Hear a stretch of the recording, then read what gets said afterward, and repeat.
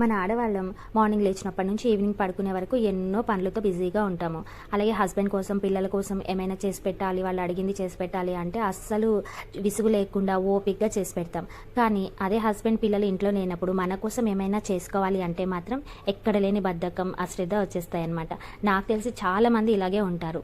పిల్లల కోసం, హస్బెండ్ కోసం ఎప్పుడు కావాలంటే అప్పుడు ఏది కావాలంటే అది చేసి పెట్టేవాళ్ళు. వాళ్ళు మాత్రం ఏమీ చేసుకోరు. అందులో నేను కూడా ఉన్నానండి. నేను కూడా ఒక్కదాన్నే ఉన్నాను. అంటే వంట విషయంలో మాత్రం చాలా నిర్లక్ష్యం చేస్తాను. మా వారు అంటూనే ఉంటారు, ఒక్కళ్ళున్నా ఇద్దరున్నా వంట చేయాల్సిందే, తినాల్సిందే కదా, ఎందుకు అంత అశ్రద్ధ చేస్తావు అని. అయినా ఏంటో ఒక్కలమే ఉంటాం కదా, ఏం వండుకుంటాంలే అనిపించేస్తాను అనమాట. నాకైతే రైస్ ఒకటి పెట్టేసుకొని ఆవకాయ పెరుగుతోనే కానిచ్చేస్తాను. 1-2 రోజులైతే ఖచ్చితంగా నేనైతే ఇలాగే చేస్తాను. ఇంకా అంతకంటే ఎక్కువ ఉంటారు ఊరెళ్ళి అనుకుంటేనే ఏదైనా కూర చేసుకోవడానికి ఆలోచిస్తాను తప్ప 1-2 రోజులు అయితే మాత్రం ఎక్కువ శాతం ఆవకాయ పెరుగన్నంతోనే కానిచ్చేస్తాను.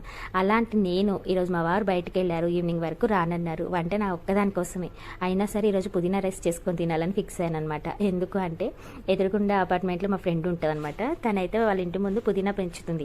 నేను ఎందుకో తన్ని కలుద్దామని వెళ్ళేసరికి వాళ్ళ ఇంటి ముందు కనిపించింది. అది చూడగానే ఎందుకో నాకు తినాలనిపించింది అనమాట. అంటే పుదీనా పచ్చడి చేసుకొని తినాలనిపించింది. కానీ ఇంకొక దానికి పచ్చడి ఏం చేస్తానులే అని ఆ పుదీనా అయితే కోసుకుని వచ్చి చక్కగా వేడివేడిగా పుదీనా రైస్ అయితే చేసుకొని తిందాం అనేసి స్టార్ట్ చేశాను. అదేంటో నేనైతే ఫస్ట్ టైం అండి పుదీనా రైస్ చేయడం. నేను ఇంతకుముందు ఎప్పుడూ చేయలేదు పుదీనా పచ్చడి కానీ పుదీనా రైస్ కానీ. ఫస్ట్ టైం చేస్తున్నాను, ఎలా కుదురుతుందో ఏమో అనుకున్నాను, కానీ నిజంగా చాలా అంటే చాలా బాగా కుదిరింది. నేనైతే పుదీనా రైస్ ఫుల్గా లాగిచ్చేసాను అనమాట.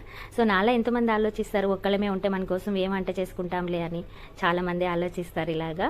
అలాంటి వాళ్ళు ఎవరైనా ఉంటే కామెంట్ చేయండి. అలాగే నా వీడియో కనుక నచ్చినట్లయితే లైక్ చేయండి, షేర్ చేయండి, ఛానల్ని తప్పకుండా సబ్స్క్రైబ్ చేసుకొని నాకు సపోర్ట్ చేయండి. Okay friends, thank